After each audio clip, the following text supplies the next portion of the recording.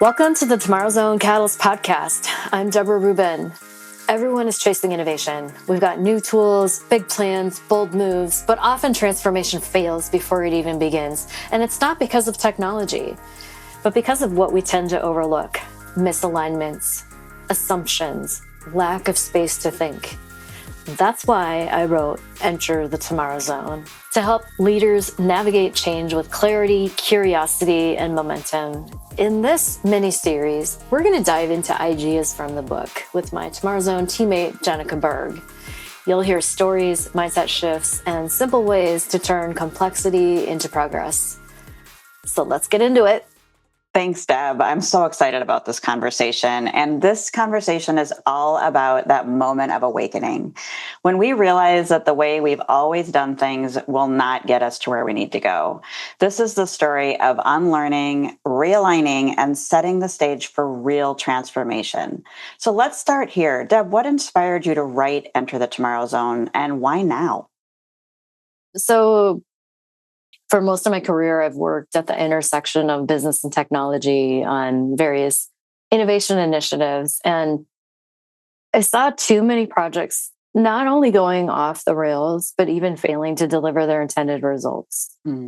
And beyond that, I kept seeing really brilliant people burning out by these transformation efforts. And what we were doing just wasn't working. And, we could select the best technology, assemble the best team, and still run into challenges. And so I've always wondered, why is this?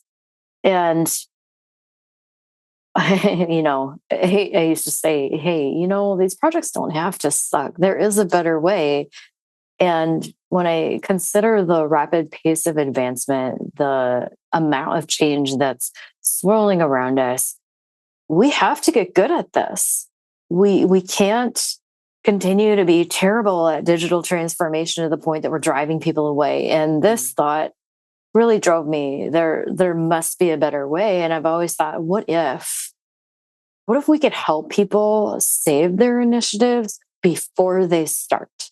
Wow. Yeah. For many years, I've done retrospectives as a consulting engagement. I'm called on to come in and help companies understand, where did this go off the rails and how can we do it right the next time? And the continuing pattern that I see is so many projects start to signal a path to failure right around and even before the kickoff.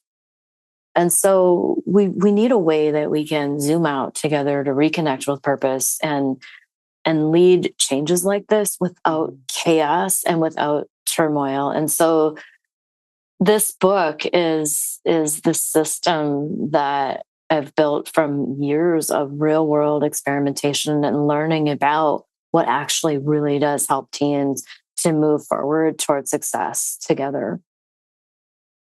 That's awesome. And, I've heard you say that we didn't know what we didn't know can be one of the most expensive statements in digital transformation.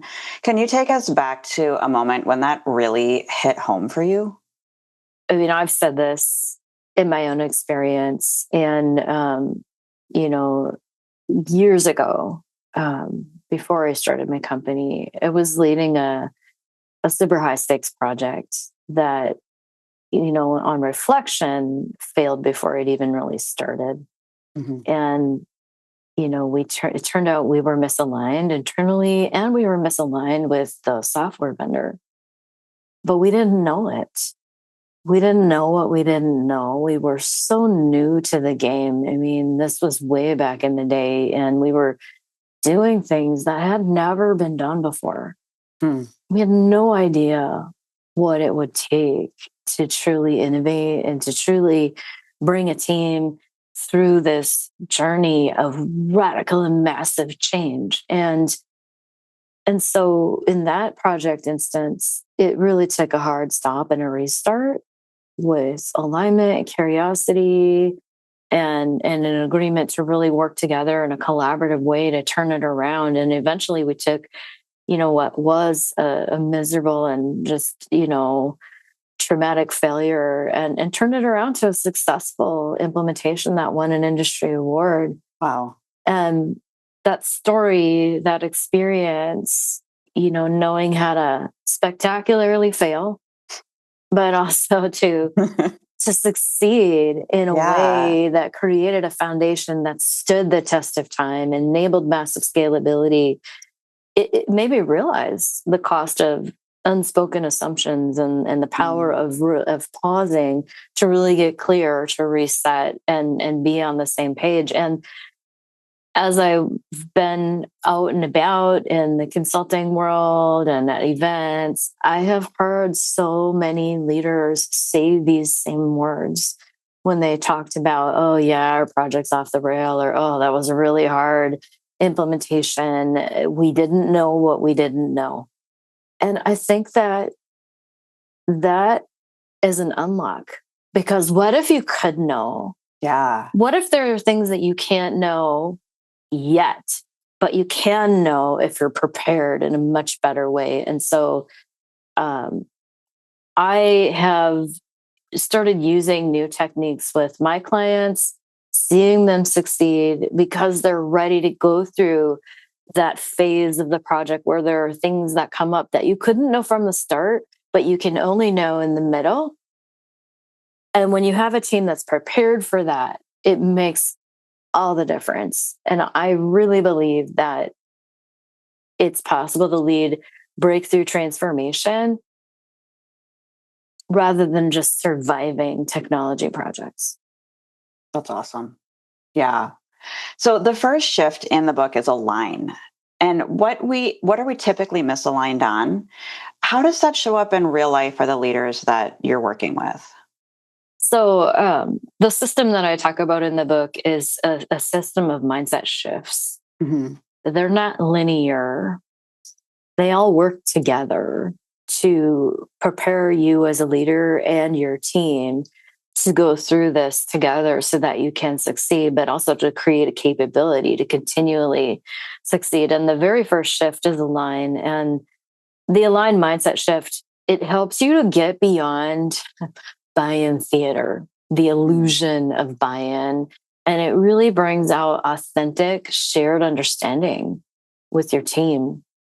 Shared understanding is one of the first things that I look for when I'm assessing a project that's gone off the rails. I'm looking to see, where are we misaligned? And it can be surprising, the things that can cause a team to be misaligned. Teams often think that they're aligned because no one is speaking up with a contrary or dissenting view. And so they're assuming alignment, but that's a trap. Mm-hmm. Silence does not equal clarity. Silence does not equal alignment. And when you don't create and confirm shared understanding, you're going to end up with very expensive disconnects. Mm-hmm. Misalignment can show up in the heat of the battle as you're trying to get these things done. It shows up with some pretty common signs. You'll have competing definitions of success. And I've seen this before. You've got one leader who's expecting that the new system will behave exactly like the way they've always done things. You have another one that is expecting, that you're going to be customizing everything. Or another leader is like, no, we're just going to take the out of the box capabilities and just slam it in, and so those are competing definitions of success. Clearly, in that scenario, you do not have alignment. And the longer you go with those competing definitions of success, the more expensive your initiative is going to be. And so the other way it shows up, siloed priorities, where you're making priorities without an understanding of the system as a whole. And that is dangerous, because you could make a change from one siloed perspective that has downstream impacts that they don't even understand. Mm-hmm. And so this is where systems thinking is really important. The other challenge that I see, when a team is misaligned, we will often see another symptom, vision drift and decision drift. Vision drift is when you completely lose track of the why of the thing. Mm-hmm. Why are you on this journey together in the first place? and now you're rushing toward a date or some other thing that has nothing to do with why you started the project in the first place. Mm-hmm. And then decision drift is, another challenge, or decisions start to be revisited continually, or they start to drag, they slow down. And it seems like a small thing, but if you don't catch these things early, the pain and the expense of it mushrooms pretty fast. So without shared understanding, even the best plans for the best technology with the best people can fall flat. So many leaders think they're aligned and they aren't. And you just talked about what that could look like. But what are some signs that someone might be out of sync and not even know it? Like, what should leaders actually be looking for in their people? So some of the things you can look for so that you can avoid this in your situation: fear-based decisions. Mm-hmm.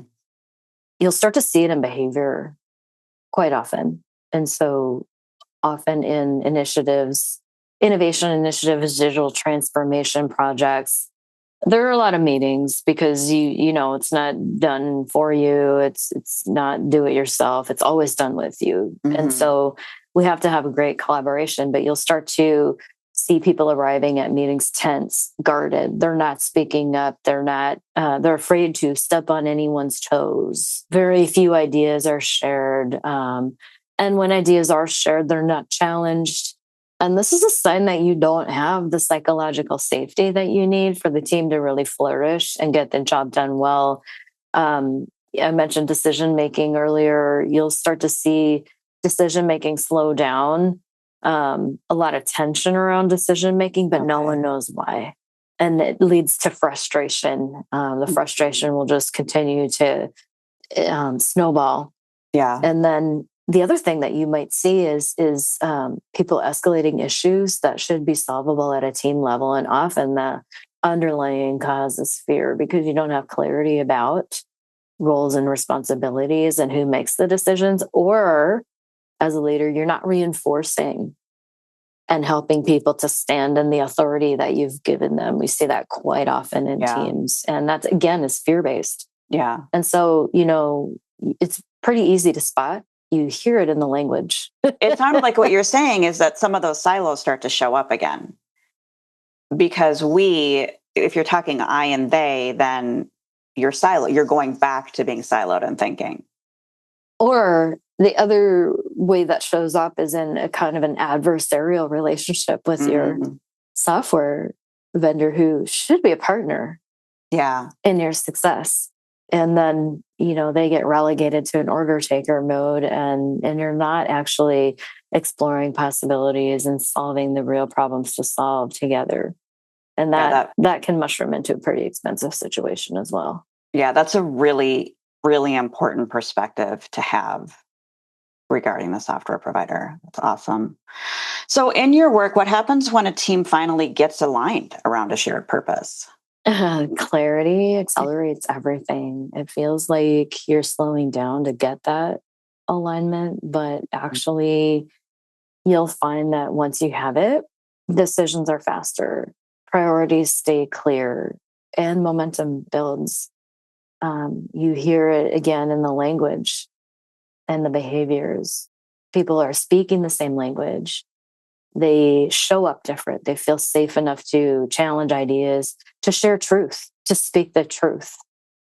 It's a shift from I and they to we and us. You're going to see a shift from a focus on problems to focus on possibilities. We can, we could, we should. You'll start to hear questions, and curiosity shows up pretty strong. You'll start to hear team members saying, well, what if? I wonder, that's curiosity, and that's the fuel for innovation. And it's different from resentful compliance. It's not polite agreement and a bunch of head nodding. When you really do have a team that is aligned and they're staying aligned around a shared purpose, you also have shared ownership. And that's where your change gets traction. So if someone listening feels stuck or overwhelmed, What is one small move that they could make today to start finding alignment? Mm. I think it starts with you as a leader. One thing that you can do, no matter what your role in leading, you might be the chief innovation officer with huge initiatives going on, or you might be leading a session where you're trying to get clear on the requirements for a software implementation or anything in between. No matter what role you're leading from or what point of view you're leading from, as the leader in that situation, step back and ask yourself, where am I assuming alignment rather than confirming it? So often you will be on a meeting, and I've observed this many times where, you'll have somebody ask, any questions? Crickets. And the assumption is, oh, nobody has questions. We must all agree. We must all understand. And what's really happening under the surface is people aren't sure what questions to ask, or maybe they don't feel safe to ask a question. They don't want to lose status, so they don't want to look like they don't know what they're doing. And so the silence is assumed alignment. And that's a trap. And so you can shift that by moving from, presentation mode. Here's the presentation. Any questions? To conversation. Based on what I just showed you, how comfortable are you with this and your understanding of this on a scale of 1 to 5? If we don't, have 4s and 5s, let's talk about it together. Help me understand. Where are you at on this? How can I help you?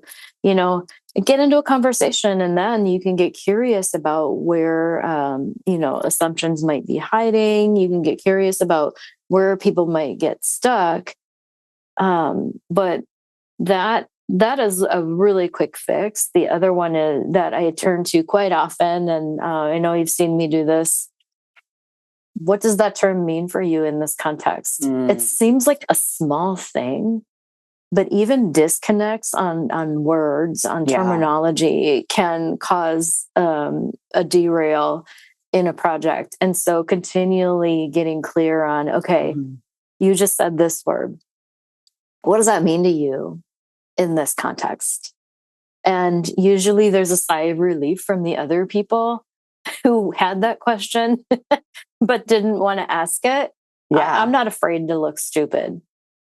I'm relentlessly curious because I'm not going to assume that my understanding of the thing is the same as your understanding. And what we need to move forward together is a shared understanding.